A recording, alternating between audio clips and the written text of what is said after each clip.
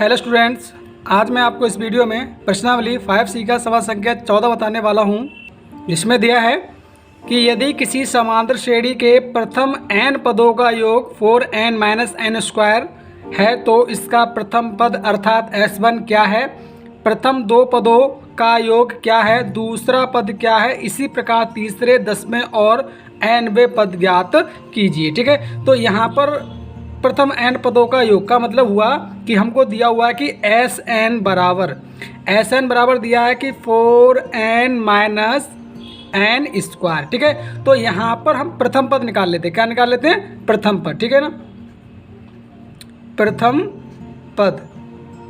ठीक है, जो प्रथम पद होगा वो हमारा A1 यानी कि S1 के बराबर होगा। यहाँ पर किसके बराबर होगा? S1 के बराबर हो जाएगा। ठीक है, क्योंकि अगर हम यहाँ पर A1 निकालेंगे तो A1 निकालेंगे, हमारा सूत्र होता है यहाँ पर कि S1 - S0। ठीक है, तो अगर यहाँ से हम S0 निकालेंगे इस सूत्र से तो हमारे लिए 0 ही मिलेगा। ठीक है ना, क्या मिलेगा? 0 मिलेगा। इस प्रकार यहाँ पर आपका प्रथम पद A1 बराबर हो जाएगा S1 के। ठीक है, तो अब देखिए S1 का मतलब क्या है कि यहाँ पर आपको n बराबर 1 रखना है। n बराबर क्या रखना है? आपको 1 रखना है। ठीक है, तो देखिए हमारा क्या हो जाएगा? 4n है तो आपको हो जाएगा 4 × 1 और -n² तो यानी कि 1 का स्क्वायर हो जाएगा। ठीक है, तो यहाँ पर हमारे लिए S1 या A1 बराबर क्या मिलेगा? 4 एकम 4 और -1 का वर्ग 1 ही मिलेगा। तो आपको प्रथम पद यानी कि S1 बराबर 3 हो जाता है। ठीक है, तो अब देखिए हमको दूसरा पद ज्ञात करना है। क्या ज्ञात करना? दूसरा पद। ठीक है, तो दूसरा पद मैं लिख देता हूँ यहाँ पे, दूसरा पद। ठीक है, तो दूसरे पद के लिए आपका सूत्र क्या होगा? दूसरे पद का सूत्र होगा कि S2 - S1।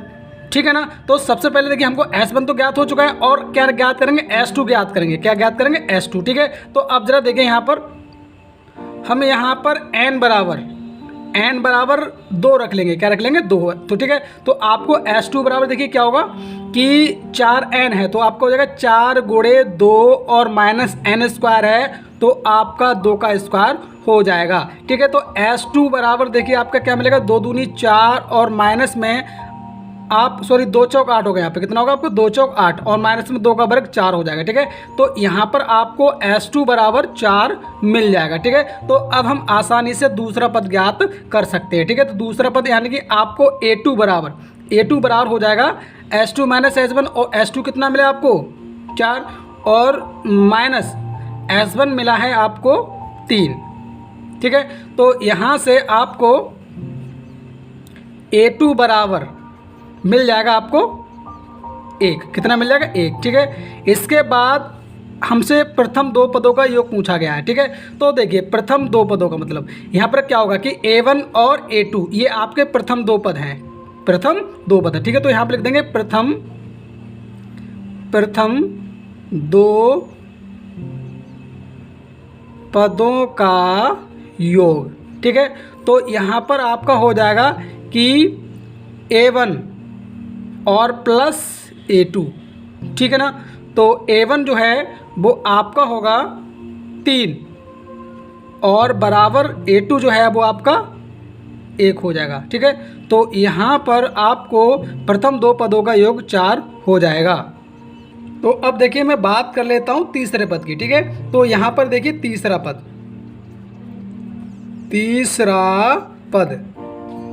तीसरा पद मतलब आपको A3 निकालना है। क्या निकालना है? A3।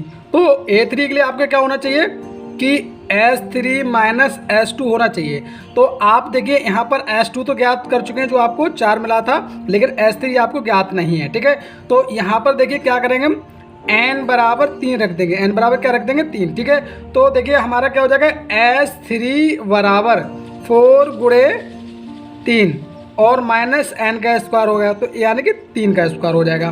तो अब देखिए S3 बराबर आपका क्या होगा कि 4 × 3 = 12 और -3 का वर्ग जब करेंगे तो आपको 9 मिलेगा।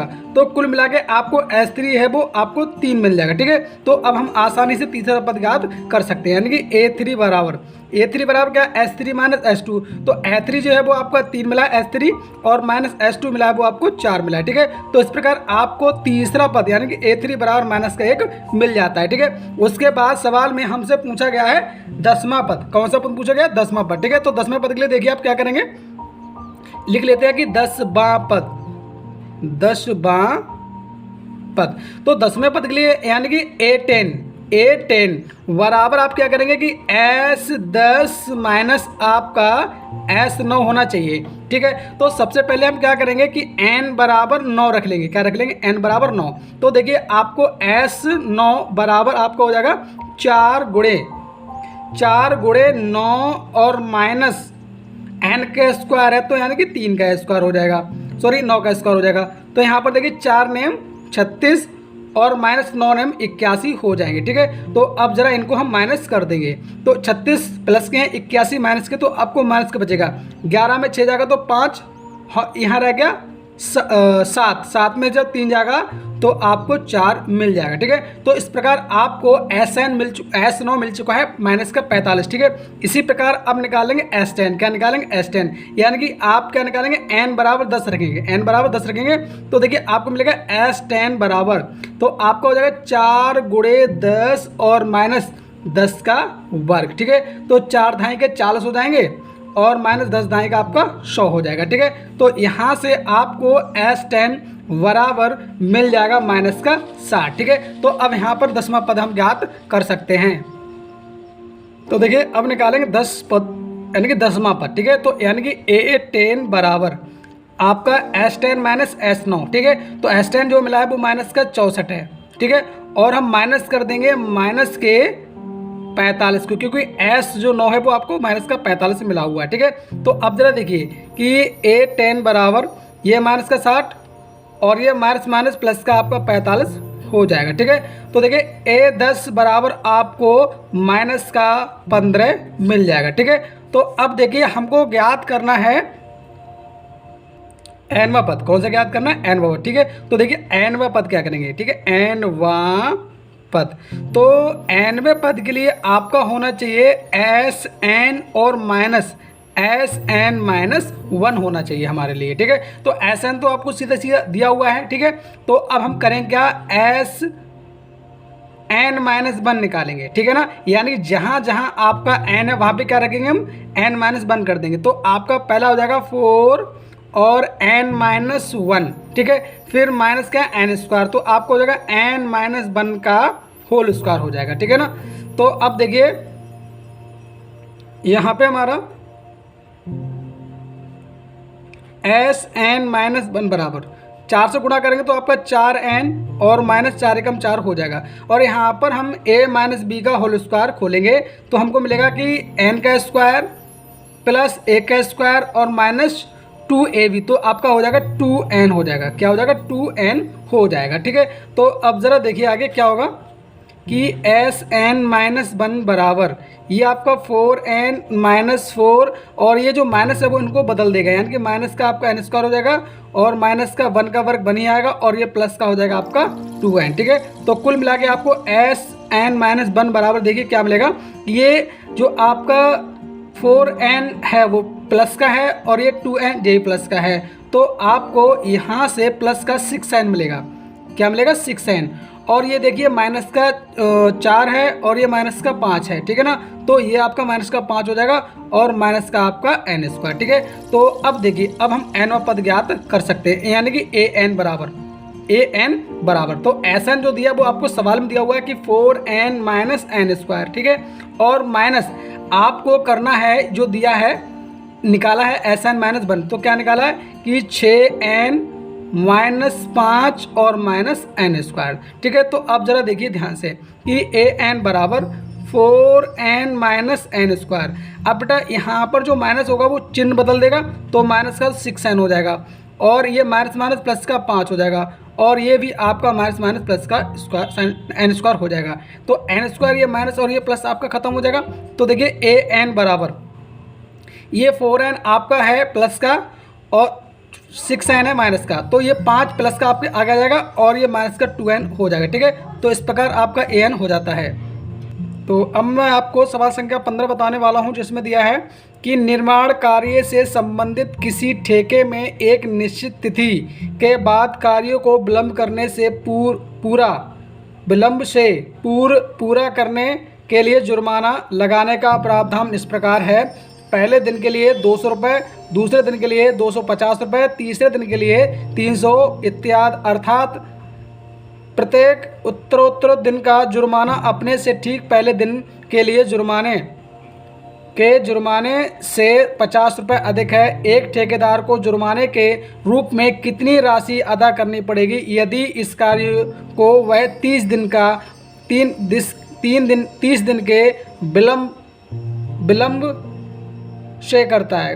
से करता है। ठीक है, तो अब देखिए, तो यहाँ पर जो आपको लिखा हुआ है कि कार्य को विलंब करने से पूरा करने के लिए जुर्मानों से निर्मित समांतर श्रेणी, तो देखिए ज़रा, तो पहले दिन के लिए जो प्रावधान रखा गया है विलंब से जुर्माना का वो 200 रुपये है। कितना है? 200 रुपये है। ठीक है, दूसरे दिन के लिए रखा गया है 250, तीसरे दिन के लिए रखा गया है 300, इसी प्रकार चौथे दिन के लिए हो जाएगा 350। इसी प्रकार आगे आप लिख सकते हैं। कितने दिनों तक निकालना है आपको? 30 दिन तक निकालना। ठीक है, तो यहाँ पे लिख देंगे 30 दिनों तक, 30 दिनों तक। तो अब देखिए 30 दिनों में उसको कितनी राशि अदा करनी पड़ेगी वो मैं आपको निकाल रहा हूँ। ठीक है, तो जो आपको समांतर श्रेणी दी रखी है उसमें हम 30 दिनों की राशि का योगफल ज्ञात कर लेंगे। ठीक है, तो अब देखिए आपको इस श्रेणी से ए बराबर यानी कि प्रथम पद आपको मिल जाएगा 200 और सार्वधातर आपका डी बराबर आपको हो जाएगा 50। वो आपको सवाल में दिया भी है, उसमें कह दिया गया कि ठीक पहले दिन की जुर्माने से अधिक, यानी कि जो उत्तरोत्तर यानी लगातार जो दिन का जुर्माना है वो अपने पहले ठीक दिन के जुर्माने से क्या है 50 अधिक होगा, वही आपका सार्वधातर हो जाएगा। ठीक है, उसके बाद कितने दिन का पूछेगा? 30 दिन का, तो वो आपको n बराबर हो जाता है 30। ठीक है, तो अब हम आसानी से योगफल ज्ञात कर लेते हैं। तो लिख देते हैं कि 30 दिनों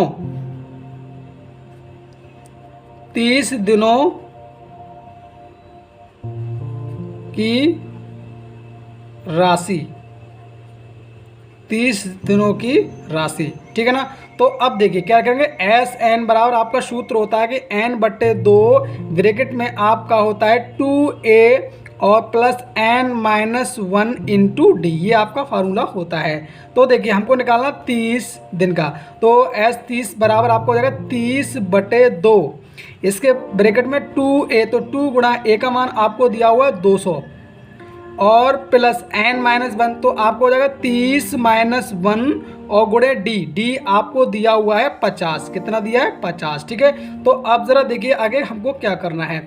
यहाँ से देखिए 2 से 30 कट जाएगा तो आपको 15 मिलेगा, तो बराबर में आपका 15 और ब्रैकेट में देखिए आपका 2 दूनी 4 यानी कि 400 हो जाएगा। ठीक है ना, और प्लस में देखिए 29 बचेगा आपको और गुणे में आपका हो जाएगा 50। ठीक है, तो और आगे देखिए आप क्या करेंगे कि 15, यहाँ पर देखिए ये 400 और यहाँ पर 29 में हम गुणा करेंगे 50 से, तो 50 का 0 आना ही आना है, 5 ने 45 हो जाएंगे, हाथ से लगेंगे 4 और 5 दूनी 10 और 4 14 हो जाएंगे। ठीक है ना, तो अब देखिए हमारा आगे क्या होगा कि 15 और गुणे में आपके 400 और 1450 दोनों जुड़ जाएंगे, तो आपको मिल जाएगा 1850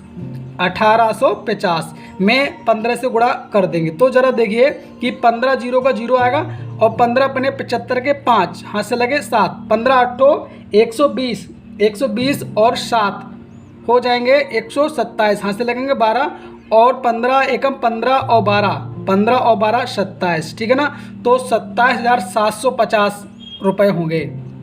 तो 30 दिनों का ठेकेदार को जो जुर्माना होगा वो 27,750 रुपये अदा करना पड़ेगा।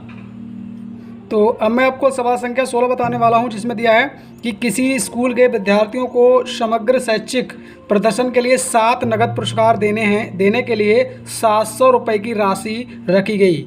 यदि प्रत्येक पुरस्कार अपने ठीक पहले पुरस्कार से 20 रुपये कम हो तो प्रत्येक पुरस्कार का मान ज्ञात कीजिए। ठीक है, तो यहाँ पर पुरस्कारों की संख्या, ठीक है ना, लिख देंगे यहाँ पर पुरस्कारों की संख्या। तो देखिए मैंने लिख दिया कि पुरस्कारों की संख्या यानी कि n बराबर आपके 7 हो जाएंगे। ठीक है, और जो कुल राशि जो होगी वो आपकी s बराबर हो जाएगी। लिख देंगे यहाँ पे कुल कुल राशि यानी कि आपका यहाँ पर एस बराबर होगी, सॉरी क्या होगी, एक्स बराबर होगी, ठीक है ना। तो 700 रुपये हो जाती है, ठीक है। उसके बाद में कहा गया कि प्रत्येक पुरस्कार अपने ठीक पहले पुरस्कार से 20 रुपये कम है, तो ये आपका सार्वंतर हो जाएगा। सार्वंतर मतलब आपका डी बराबर 20 रुपये कम हो रही है, तो आपका डी बराबर माइनस का 20 हो जाएगा, ठीक है। तो अब यहाँ पर हम प्रथम पुरस्कार निकाल लेते हैं, ठीक है।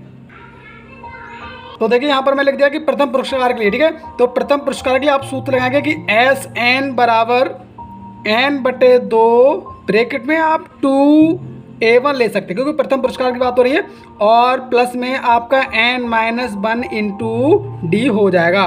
तो अब देखिए S7, ठीक है ना, S7 क्योंकि 7 पद हैं, यहाँ पर ऐसा कर सकते हैं आप, डायरेक्ट योगफल जो दिया है वो आप 700 कर देंगे, ठीक है ना। और बराबर में आपको n का मान कितना रखना है, 7, और बट्टे में आपके 2। फिर आपको 2a1 आपको ऐसे रहना है, क्योंकि हमको यहाँ पर प्रथम पुरस्कार निकालना है, ठीक है। और प्लस आपका n-1, तो आपको हो जाएगा 7-1 और इंटू में डी का मान आपको दिया है माइनस का 20। तो अब ज़रा देखिए, ये जो आपका 7 एकम 7 हो जाएगा इधर, तो आपको 100 बचेगा, ठीक है। तो आप लिख देंगे कि 100 बराबर यहाँ से आपको 1/2 मिलेगा, और ब्रैकेट के अंदर से आपको 2a1, और यहाँ से देखिए प्लस में 6 मिलेगा, और 6 गुणा माइनस का 20 हो जाएगा, ठीक है ना। तो अब आगे देखिए, आपको ये जो 2 है वो 100 के साथ गुणा करेगा तो 200 हो जाएगा, और बराबर में आपको रह जाएगा 2a1, और यहाँ पर देखिए 6 की जब गुणा करेंगे -20 में, तो -6 दूनी 12 यानी कि 120 हो जाएगा माइनस का। इसको जब इस ओर लेके आएंगे तो आपका हो जाएगा प्लस का 200 प्लस 120, और बराबर में आपको 2a1 बचेगा। कितना बचेगा, 2a1, ठीक है ना। तो अब देखिए यहाँ पर आपको हो जाते हैं 360, कितने हो जाते हैं 360, यानी कि 360 नहीं सॉरी 320 और हो जाता है 2a1। ठीक है,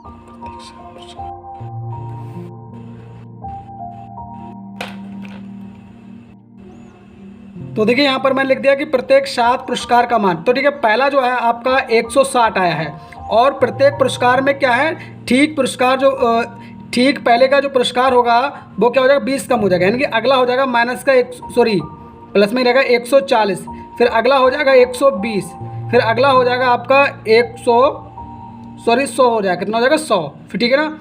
फिर आपका हो जाएगा 80, और फिर आपका हो जाएगा 60, ठीक है। तो इस प्रकार आपके ये 7 पुरस्कारों का मान हो जाता है।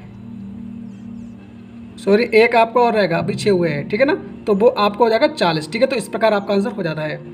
तो अब मैं आपको प्रश्नावली का सवाल संख्या 17 लास्ट बताने वाला हूं, जो दिया है कि एक स्कूल के विद्यार्थियों ने वायु प्रदूषण कम करने के लिए स्कूल के अंदर और बाहर पेड़ लगाने के बारे में सोचा।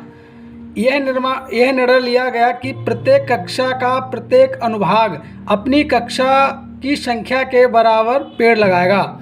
उदाहरणतः कक्षा 1 का अनुभाग 1 पेड़ लगाएगा, कक्षा 2 का 1 अनुभाग 2 पेड़ लगाएगा, और कक्षा 3 का 1 अनुभाग 3 पेड़ लगाएगा प्रत्येक, और इत्यादि, और कक्षा 12 तक के लिए चलता रहेगा।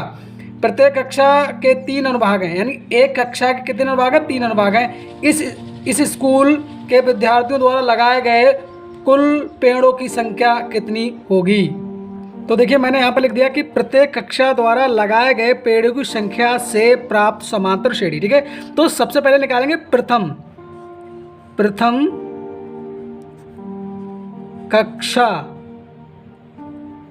प्रथम कक्षा द्वारा लगाए गए पेड़,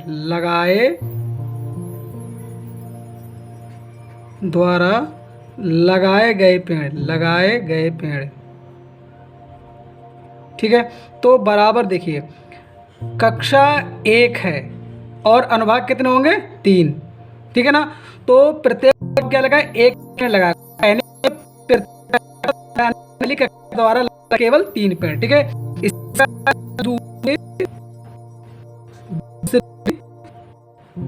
दूसरी कक्षा द्वारा लगाए पेड़, लगाए पेड़ बराबर। तो देखिए कक्षा कितनी है 2 और उसके भी अनुभाग कितने होंगे 3। तो यहाँ पर देखिए 2 3 6, यानी कि दूसरी जो कक्षा होगी वो 6 पेड़ लगाएगी, ठीक है। तो इसी प्रकार हम श्रेणी बना लेंगे, ठीक है ना। तो पहली जो कक्षा पेड़ लगाएगी वो लगाएगी 3 और दूसरी कक्षा जो पेड़ लगाएगी वो लगाएगी 6, ठीक है ना। उसी प्रकार देखिए आपका तीसरी कक्षा जो लगाएगी वो 3 तिया 9 पेड़ लगाएगी, ठीक है ना। इसी प्रकार आप डॉट डॉट डॉट डॉट कितनी कक्षा तक, 12 कक्षा तक, 12 कक्षा तक, ठीक है ना। तो हमको कुल पेड़ों की संख्या ज्ञात करनी है, ठीक है। तो कुल पेड़ों की संख्या के लिए हम क्या करेंगे, यहाँ पर प्रथम पद यानी कि ए बराबर आपका 3 हो जाएगा और शारबांतर, ठीक है, यानी कि डी बराबर आपका हो जाएगा 6 - 3 यानी कि 3 हो जाएगा, ठीक है ना। और कक्षा कितनी 12, तो वो आपको n बराबर 12 हो जाएंगी, ठीक है ना। तो यहाँ पर कुल पेड़ों की संख्या हम निकाल लेंगे, ठीक है। लिख देंगे कुल पेड़ों की संख्या, यानी कि SN बराबर सूत्र लगा देंगे आप n/2 ब्रैकेट में आपका 2a + n - 1 × d वाला। तो अब देखिए S12, क्योंकि हमको 12 कक्षा 12 तक के छात्र 12 तक की यानी कक्षा 12 जो है वहाँ तक के पेड़ों की संख्या को ज्ञात करना है। तो n बराबर आपका 12 हो जाएगा, 12/2 कर देंगे, 2 × a और a का मान जो है वो आपको 3 दिया हुआ है और प्लस यहाँ पर देखिए आपको 12 - 1 और गुणा d का भी मान आपको 3 दिया हुआ है, ठीक है। तो यहाँ पर देखिए 3 2 छंग 12 हो जाएंगे और बचेगा आपको 6 यहाँ से और यहाँ पर 3 दूनी 6 हो जाएंगे और प्लस यहाँ पर देखिए 11 बचेगा और 11 3 आपके 33 हो जाएंगे।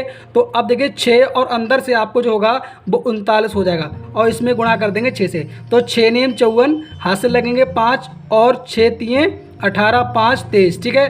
तो कक्षा 12 तक के जो छात्र हैं जो पेड़ लगाएंगे वो लगाएंगे 234, यही पेड़ों की संख्या हो जाएगी।